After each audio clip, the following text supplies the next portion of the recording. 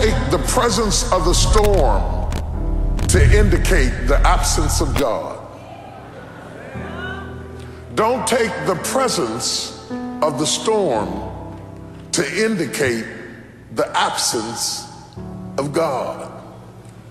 Sometimes when you enter into a storm, and there are all kinds of storms, health storms, physical storms, financial storms, emotional storms. There are all kinds of storms. I'm not talking about the storms that rain down water and the lightning and the thunder and all of that. I'm talking about storms that other people can't see. Undetectable storms. Storms that make people think you haven't been through anything. Because you get up out the bed every morning and you put your hair up and put your makeup on, and they don't know you put your smile on just like you did your makeup, and walked in smiling because you were going through a secret storm. Has anybody ever gone through a secret storm? See, when you're going through a visible storm, somebody will hand you an umbrella or a raft or some help or some assistance because they are aware of your suffering. But when you're going through a secret storm, there is no comfort there because nobody knows that you're dealing with a secret storm. They're jealous of the car you're driving, not knowing that it's 2 payments behind.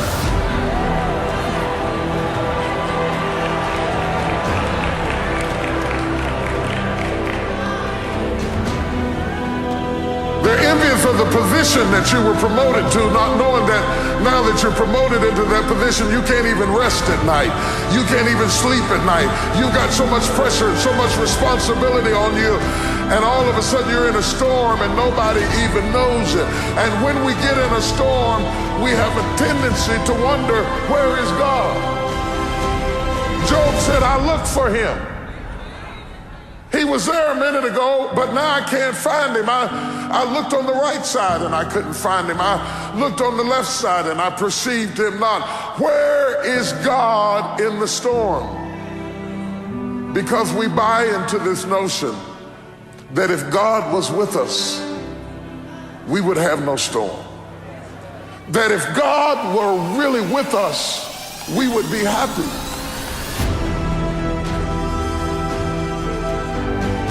That if God were really with us, everything would go smoothly. That if God were really on our side, we would have no family problems.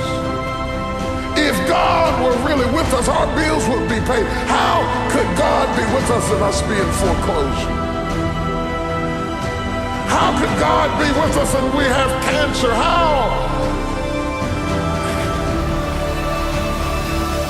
Job said, I can't figure it out. How could my kid die and God be with me? How could my house be on fire and God be with me? I looked for him. I looked for him. I didn't see him. I didn't see him. I looked on the right. I didn't see him. I looked behind me. I didn't. You said you had my back. I didn't see him. I looked in front of me. I thought he'd lead the way. I didn't see him. But you cannot see in a storm. That's why he told you to walk by faith and not by sight. You cannot see in a storm. Don't look for God to be sensual in your storm. He will not appeal to your senses. Your senses add to your comfort. God will not make you comfortable in your storm. But just because you are in the presence of the storm does not negate the presence of God, nor does it indicate the absence of God. In fact, if you really want to see God do his best work, get in trouble. I know you think God does his best work when you're dancing in the church and you're clapping and you're raising your hands and all of that stuff. No. I know that God visits your praise. The Bible said he inhabits the praises of Israel. I understand that God visits your praise.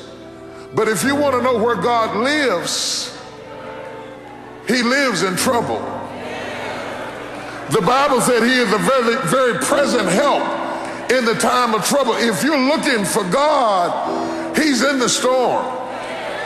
He may not be saying anything, Peter. You may find him asleep on the boat in the bottom of the ship, but don't think that he jumped off the boat because you were in a storm. He is with you in the storm. He promised to be with you. I'm going to tell you something about the promises of God. Anytime God promises you something, get ready for trouble. I know you haven't heard it taught that way, but I'm going to rock your world this morning. Anytime God promises you something, get ready for trouble. I never promise the obvious. I never promise the obvious. You never promise the obvious. You give a promise when you know that something is going to come to make you doubt.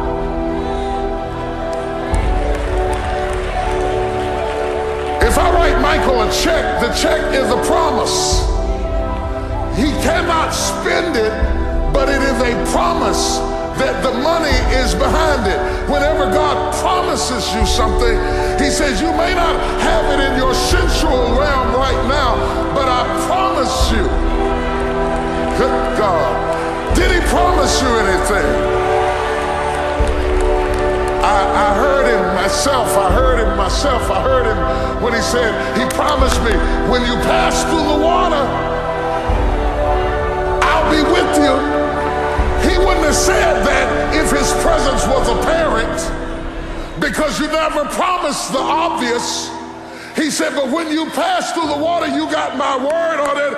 I am in there with you. You may not see me, you may not feel me, you may not sense me, but I tell you what, all the while you're stroking in the water, understand you are not stroking by yourself.